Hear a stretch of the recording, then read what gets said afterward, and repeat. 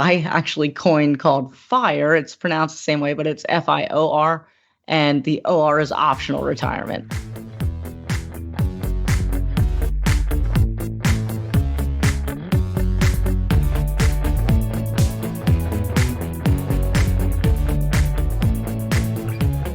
Welcome to the FI Show, where you'll get a behind-the-scenes look into financial independence. Here's your host, Cody and Justin. Hello, everyone, and welcome back to another episode of the FI Show. Before I get to talking, let's check in with the co-host, Cody. What's going on? What's up, man? I'm just starting my great South American adventure. I landed in Lima, Peru a couple days ago and just starting to explore, man. How about you? Not quite as exciting, but I'm back in Boston where it's starting to get cold, but between a couple Texas trips, so keeping it easy this week, but we'll be heading back down to Texas next week. Got to keep the roads hot. And, speaking of us always traveling, living our lives, we have a guest on today who is very big on not just pounding your way to FI, but enjoying it along the way. But first, here's a quick word from our sponsor. One of the best ways to protect your family is with term life insurance. Even though we don't like to think about it, it's important to have financial protection in case the unexpected happens. Bestow is an awesome and reputable life insurance partner of ours that makes this process simple and easy. They use data to remove doctor visits and paperwork involved with the traditional life insurance process, and you can apply from anywhere in just minutes.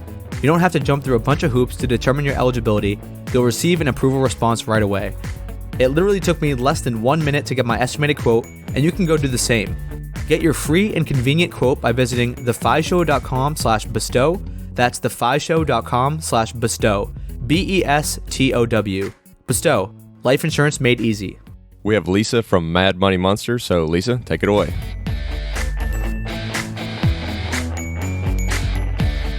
Well, I've always been interested in personal finance. Even as a kid, I've really just growing up poor and that sort of situation. I've always been fascinated with people that had money, right?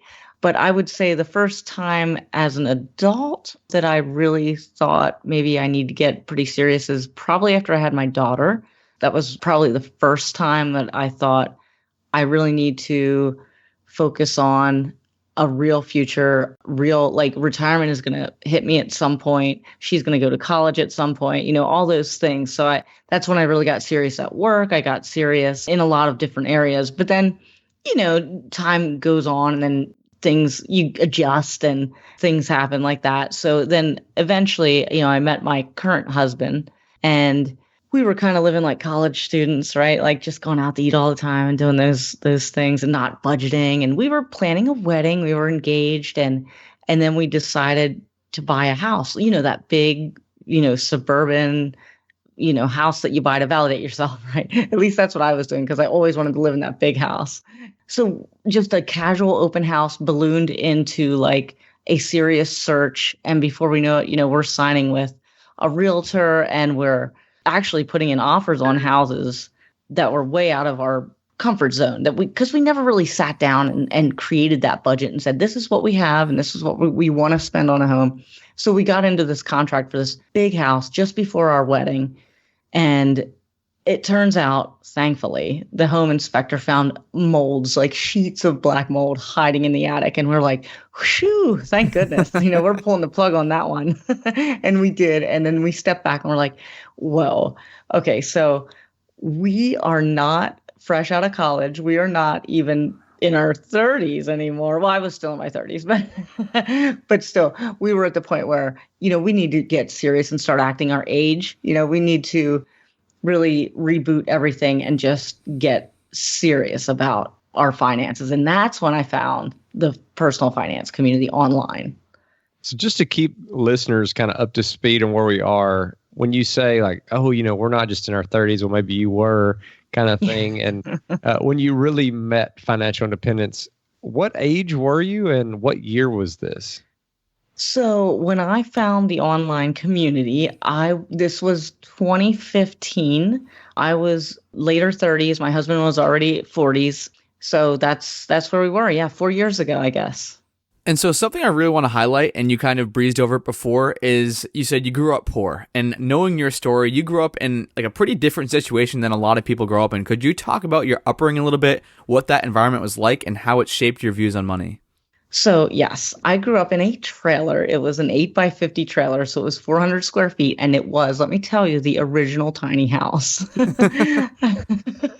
However, I didn't, at the time, we didn't appreciate that. Now, thankfully, that trailer was on the right side of the tracks, and I was in a very affluent school district. So, but that had its pros and cons, right? I mean, I felt fortunate that I was able, well, not at the time, really. I wasn't really putting those pieces together at the time. But now looking back, I was very fortunate to have the opportunity to be in a good school district like that and, have great teachers and the resources.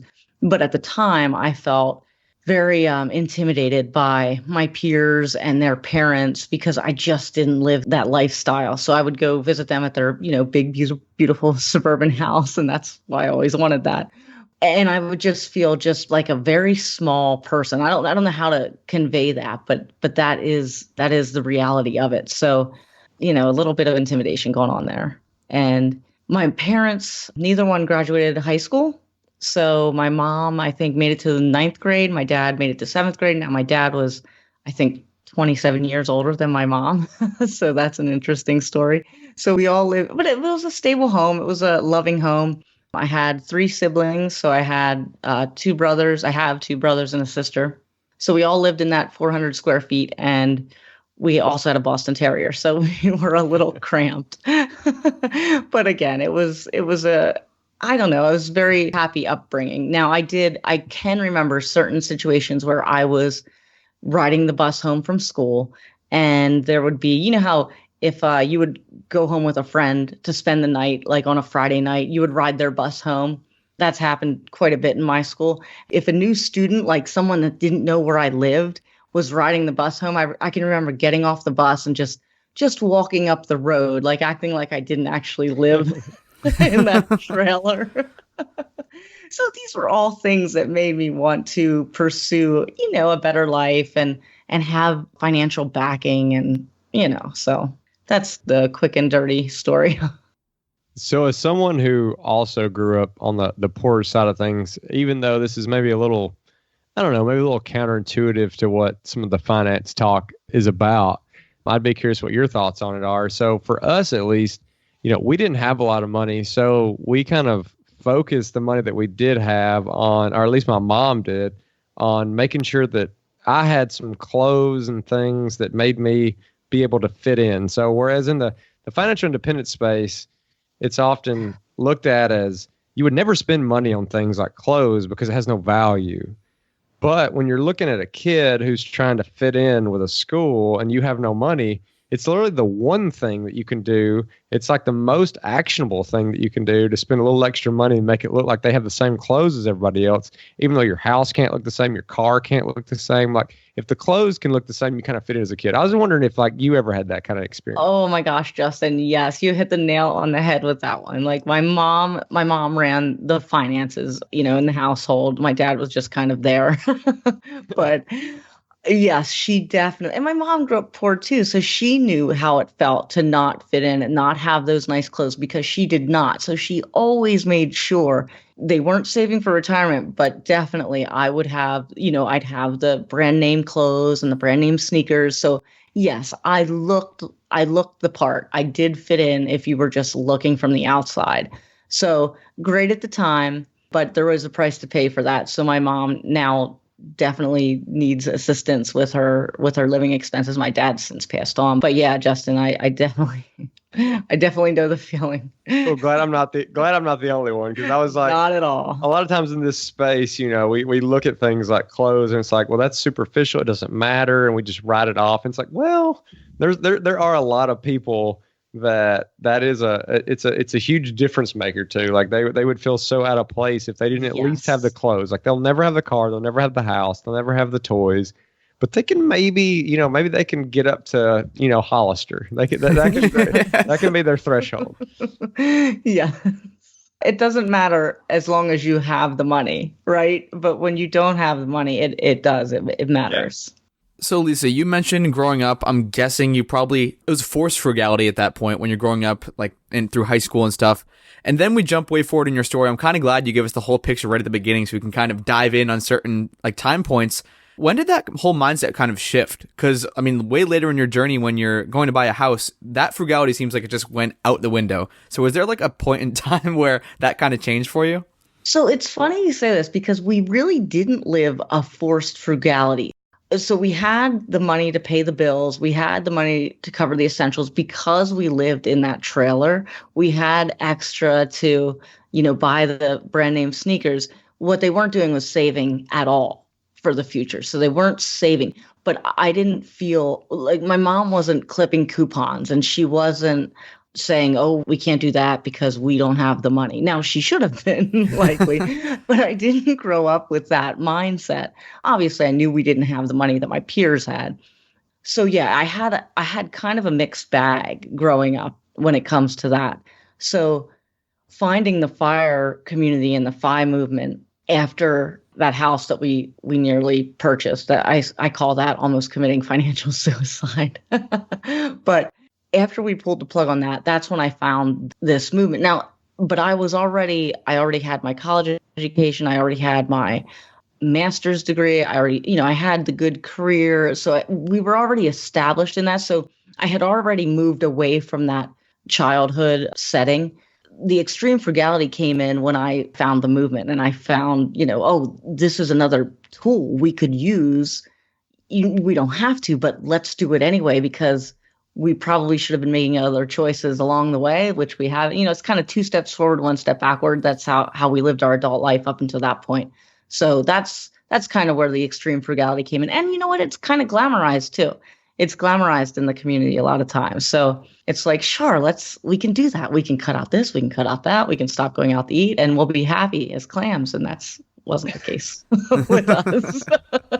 So as you progress later in life and you go away from, even though I know you said it wasn't completely a forced frugality, maybe a somewhat forced frugality, into where you really had your own money. Can you talk us through like when that moment happened and what that moment was like where you realized, you know what, I can kind of have whatever I want, and now it gets more to a decision of what do I want to spend my money on, not just necessarily what can I afford? I feel like I've had like several chapters of my life. So when I first graduated college, I pretty much got a well-paying job immediately. And I feel like that was the moment where I felt, oh, I've made it. I've made it. Now I can do pretty much anything I want. Now I started saving for retirement immediately. But I was in a relationship that wasn't the best relationship for me. And it kind of lingered because we know how difficult it is to pull the plug on relationships sometimes. So we had that beautiful house, we had the in-ground pool, and we were just kind of living, I don't know, not smart with our finances. We weren't being smart at all. And that's when I was just like, yeah, I can do whatever. But again, I was still saving. So I don't know. It's kind of a mixed bag. That relationship fell apart. And that's really where I kind of sunk into a depression and didn't know how to come out of that. And that was very difficult. I left that beautiful house with 4 lawn chairs and 2 cats. And that's the only thing I had. And I was down. It was December. It was cold. It was dark. It was terrible. And then 2 weeks later, my dad passes away. It was a very, very difficult time. But at that point, I also had a rental house that I purchased for my parents. So they were living in that house. I know my story is a little different here. It's kind of all over the place, but it's awesome. They were living in that house, but I didn't want to move back to that house after that relationship fell apart. My dad, like I said, was passing away at that time, but I felt like a loser to move back in at 30, right? I'm like, oh my gosh, 30 years old. I can't move back in with my parents, even though it was my house. So I rented an apartment in addition to, and I was also subsidizing my mother's living expenses living in that house. So that was a very tough time. So all of my money, basically, I stopped contributing to my retirement account. So it was kind of like the rock bottom of my financial situation. And then as time went on, like I said, I had my daughter. I started to come out of that rut. I guess at the time when I met my current husband and we were going through that house situation, I didn't really feel like I could have it all or have everything until after we pulled the plug on that. And then I thought, and then we realized, when we really took a hard look at our finances, like, okay, we could be doing a lot better, but we're still doing pretty good. So as long as we don't make poor decisions, we can really turn this around and pretty quickly and get on the right path. So that's the long and winding answer to your question. So when you did discover FI or FIRE in 2015, what were the actual tactical differences you made? I know you mentioned that like it was a godsend that there was tons of black mold in that house that you were going to buy. But like what, I don't know, let's talk about like housing, transportation, food, the big three, and then we could talk about discretionary as well, just how all those categories changed. They all changed, let me tell you. So I was never like a new car kind of girl. Actually, I never had a new car, but we both still had car payments. We both still had student loans. I think some credit card debt thrown in there. So just living a quote unquote normal lifestyle. When we pulled the plug on that house, we stayed in the house that I had already had. So I bought a second house. That's after I bought the rental house. So I had a small home that I was living in with my daughter before I met my current husband. So when he came into the picture, he was actually 2 hours away from us. So he was able to move into our home with us. So that was fantastic. And it was a beautiful home, but small, easy to take care of, easy to maintain, easy to pay for. Okay, so staying in the house was a huge benefit for us at that time. So that's what we did. That was one piece. We stayed put. The second piece, we paid off our cars. So we used that extra income. And I can tell you, like almost the next day, I went into my job and increased my 401k contributions to the max. Like that was something I didn't even know people did. I mean, I had been contributing between 10 and 15% over the years. And then there was a time where I didn't contribute at all in that dark period. But that was a few years. But I thought, oh, that's pretty good, 10 to 15%. But I didn't know that people actually did like the 19,000 for the max. So I went, or whatever it is, I think it is 19,000 in 2019. Literally, I did that the next day. I made sure we were both maxing out our IRAs each year. And then we just went through the budget like line item by line item. So we made sure we weren't overspending for groceries. We made sure we actually cut the cable. We didn't do any cable. We did have Netflix, I think. I'm not sure if we had Netflix the whole time, but we did introduce it at some point. So that's been in our lives for quite a while now. And data plan on our cell phones, we cut that back. Stopped going out to eat, stopped doing our pizza Fridays, which we loved. Stopped doing that. Our coffee dates on Sundays, we cut that out. So yeah, literally every single line item was fair game. So you made some great like tactical changes, but a lot of times when we're talking with people, even people who have plenty of income to make these big changes, they just they look at it and they say, I don't want to stop living life now just for some experience that may or may not be out there in the future. So even for these people who obviously have expendable income, who just, they're not quite there yet. Like, do you have any recommendations for when you're trying to talk to those people and get across to them? This is like a life-changing move that you should make. Like, do you have any recommendations for how you approach that? I mean, I guess you have to really sit down and think about what's important to you and your life, both now and later, because I can tell you, we did dial that back because the extreme frugality was not for us and we just were not happy doing it. And we were not happy with not having Netflix and we weren't happy with not going for pizza on Fridays. So we did start incorporating those things in. So again, I think it's all balance is key. Not everybody needs to achieve financial independence at a super young age. If you want to enjoy your vacations with your family because your family is only going to be with you and your children will only be young for a certain period of time, then go for that. If you have the money to also fund, your retirement accounts and all those things that you're going to need later. I'm a huge proponent of enjoying life now and later. So that's my 2 cents. So that's a perfect transition into a post I wanted to talk about, and it's the 5 reasons why ditching FIRE for FI or might be your best financial move. Could you talk about that post? I feel like that ties perfectly into what you were just talking about there. Absolutely. So we all know that FIRE, like financial independence, retire early, is a traditional media sensation that we see every day. In 2017, I think I started to pivot to something that I actually coined called FIRE. It's pronounced the same way, but it's FIOR, and the OR is optional retirement. So I recently did a post that talked about the benefits of FIOR with the OR One is being that it takes the pressure off. You don't have to live this extreme lifestyle or have this extreme savings rate to reach financial independence at a, I guess, shortened time frame just because, right? You can extend that, and when you do, it definitely takes the pressure off. You can breathe easier again. You can maybe enjoy some things that you were cutting out before. Two, for me, actually, it made work more fun. So when I switched to FIRE, I kind of started to dread going into the office on Monday morning. I dreaded those fluorescent lights, which really never bothered me before. But all of a sudden, I'm like, oh, I can't believe I have to get up and go in there. So for me, it made work more fun. And I was able to enjoy, because I enjoy going in. I enjoy my coworkers. I enjoy the work, actually. I'm actually working in my field of study.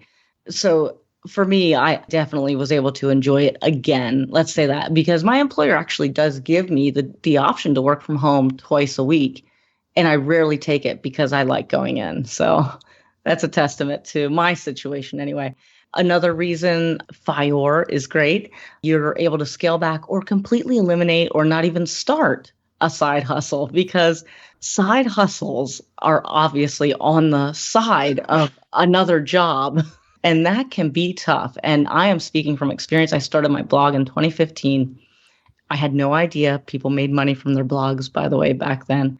I didn't even know what an affiliate link was. I was like, oh, that's so nice. They put a link in there. That was so nice of them. Anyway, I've been doing it long enough to know that it is work. And there were some weeks where it's encroaching on another full-time job. And that is not worth it for me. If I'm going to have that W-2 job and a side hustle and a family, it's almost impossible. It's almost impossible to do it all well. And obviously, what's going to suffer? The family, right? No, I can't watch, television with you, or I can't read you a book because I'm working on the blog, or I'm, recording a podcast, and those things are inevitable. So just know that side hustles can be very time consuming and not always profitable at the start. So that's something, scaling back on that or eliminating it is a good thing in my mind if you're on FIRE. And then scaling back the savings rate obviously goes along with pivoting to optional retirement, because like I said, you don't have to reach it as quickly as you might have originally set out to do. So scaling that back gives you more breathing room. You can do the things you love. So yeah, options is the big key. Options. Yeah, maybe when you hit FI, you're going to say, you know what? I do want to give my notice and walk out the door in 2 weeks, but maybe not, so that's the take on FIRE. So with FIRE, it seems a lot more flexible than FIRE, where a lot of people are trying to hit 5, 7, 10 years, and that's the end of it. That's the end of their work. They're retiring. Do you have any kind of goals, like an age or maybe a milestone in a net worth that you're planning on working until, and then maybe cutting everything off? Or so originally, my FIRE goal was 2021 to be able to walk away from my desk job and not work at all. I was not planning on picking up an entrepreneurial venture or blogging full time, or I seriously wanted to sit in front of the TV and not do anything. I know that's not popular to say, but that sounds like a great retirement to me. So originally it was 2021, but then, life happens. And the more I thought about it, the more I thought, I don't know if that's the right move for me or for us, for our family. We want to be able to possibly pay for our daughter's college, maybe if she gets married one day, pay for her wedding, go on lavish vacations when we're older. And I don't know if our original number, well, I know that our original number would have not have accommodated all of those things. So, and then there's the healthcare issue. And then also with my mom aging, we're also helping her. We continue to help her. And those are unforeseen expenses that you can't really judge what's going to be. So for me, giving up my well-paying job is not the smartest thing in my mind and for the family. So we've pushed out that goal to probably within the next 5 to 10 years. We're not going to hit it in 2021 because we scaled back to give ourselves more options, to make sure we go on vacation once a summer and we don't feel guilty about spending the money. And, just to build those memories now, because I don't want everything to be later. So 5 to 10 years. We want to hit FI And then when that happens, we can make a decision at that point, what we want to do. So when you do decide to pull that trigger, does that mean just the trigger from traditional employment, or are you pulling the plug on the blog, the podcast? I know you mentioned earlier that you have like a rental property and stuff too. What are some of these other like side hustle income streams you have going on? So the other hustles we have going on, we actually have 2 rental properties now, and we have the blog. And actually my husband also has a blog and all that. Yeah, so we have a lot of things going on, a lot of balls in the air. My husband will never retire traditionally unless he's forced to due to health reasons. Just he is a worker and he loves it. He loves it. He loves it. I quite honestly, I say I want to sit around and watch TV, but I could never do that. I probably watch maybe 60 minutes worth of TV in a week right now. But it sounds good. I don't think I could ever sit still. So I don't foresee me not working after we would hit that number. So I would either take on a new career or do the blog full time or something like that. Okay, so you have to have something to occupy most of your time. You're not just going to do like a 10-hour-a-week gig and then just, hang out, watch TV and movies all day. I say I want to do that, but in reality, I would probably never do that. I'm always on the go and always moving. So yeah. So what's next for you? I know you mentioned just kind of sticking it out for 5 to 10 years. You do have all these side hustles. Do you have any plans, goals for maybe say it could be in your personal life, it could be with any of your entrepreneurial ventures, it could be in your career? Could you just talk about like where you see yourself in say 5 years? Oh, our daughter's now 10 years old and she's all into soccer and she like this stuff eats up so much time. I seriously just want to keep my head above water for the next 5 years. I'm going to continue to stay with my employer, stay at my W-2 job. I foresee me continuing to build the blog and the podcast, and I'd like to get into more things with that and build that out, different avenues with that and see where that goes. That's probably my biggest, I guess, quote unquote, goal that I'd like to accomplish. But other than that, the time is so limited between the job, the podcast, the blog, the daughter, the soccer tournament. It's rough. It's rough in this household. And we only have one child. I don't know how people do it with multiple. So yes, keeping my head above water for the next 5 years and just continuing to fund those investment accounts and just having them grow, hopefully, with the market. Well, best of luck with that game plan, Lisa. It sounds like you kind of got your head on straight. You know where you're going, which is a lot better than 99.9% of people. So that's definitely a good thing. But if people want to follow along with your story, maybe they want to get in contact with you, where's the best place they can do that? So the blog is madmoneymonster.com. We have the podcast, which is the Mad Money Monster Show. And then we are all over social media, just Mad Money Monster. And if you want to email, it's themadmoneymonster@gmail.com. And we always like to ask guests, what's your number one tip for those who are going towards their own path of financial independence? Oh, I love this question. Okay. Awesome. My number one tip, especially if you're on the younger side of life, or even anytime, it's applicable at any point, but just do not underestimate the importance of choosing the right partner, because it can really change the entire trajectory of your life. So that's my tip. Sweet. Well, sounds like your current husband, I know you called him your current husband a few times, sounds like a pretty awesome guy. Yes. And now for the final question of the podcast, the most fun question of the podcast. This is the wildcard question. You don't know what I'm going to ask. Justin has no idea what I'm about to ask. And I don't even know what I'm about to ask because we literally don't write it down beforehand. We just think of it off the cuff. I'm like sweating right now. You're sweating. All right. Sounds like you're ready. All right, Lisa. So you've been mentioning this awesome mystery man, your current husband, the entire podcast, but I want to hear like the most unique or cool thing you guys have ever done together. Oh, that's an easy one. So we were married in an underground cavern, and it was amazing. So what does that mean? Like, was there a ceremony? Oh, yeah. And a reception. It was unbelievably beautiful. We didn't have to do, it was in October, and we didn't pay for any really decorations other than pumpkins. We carved pumpkins and put them on the tables, and the cavern provided the decoration. I mean, it was just gorgeous. So. That is awesome. I would not expect a cavern to be a romantic place, but it sounds like it was a cool venue. Oh my gosh, it's amazing. I should send you the link. Yes, I wrote a few posts about it. Awesome. All right. Yeah, we'll definitely look that up and include it in the show notes. Well, Lisa, thank you again for sharing your story. You came from growing up in a trailer park to now having pretty much everything. You know exactly where you're going. You have this game plan. You figured out FIRE with the RE was a little too extreme. Now you're doing the FI-OR with the optional retirement. So just thank you again so much for spending the time with us today. Absolutely. I had a blast. Thanks for having me on. Love this episode, Justin. It just shows that no matter where you start, you can always end up in a solid spot. I mean, Lisa started in a trailer park, even though she did kind of claim that it wasn't as bad as we may have thought it could have been. But now she's on this path. She has this game plan moving forward, and she's going after this FIRE goal. Yeah, you know, Cody, that I always love these episodes where kind of profile somebody who came up from a lower income background because I just resonate so much with it. And it's cool to see, you know, how that mentality can be an enabler. It can help. It's not necessarily like that growing up that way is a detractor from you being able to reach these goals because it teaches you so much. And I also really love the part where, you know, we got to talking about like clothes and how that can, for a lot of people will look at that and say, well, that's just a waste of money. Like we have these things in this space where we try to say these are hard, fast rules. Like this is a rule that spending money on clothes is a bad thing.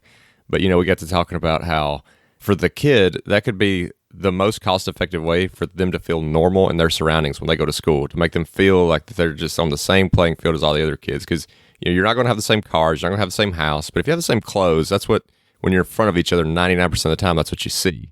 And so it makes the kid feel normal. So it is worth it. And it kind of goes back into this FI-OR goal. Like a lot of people in this space think it's you put your nose to the grindstone, you make as much money as you can, you do whatever you got to, and you hit FI as fast as possible. And she's breaking that mold. So I really enjoyed that.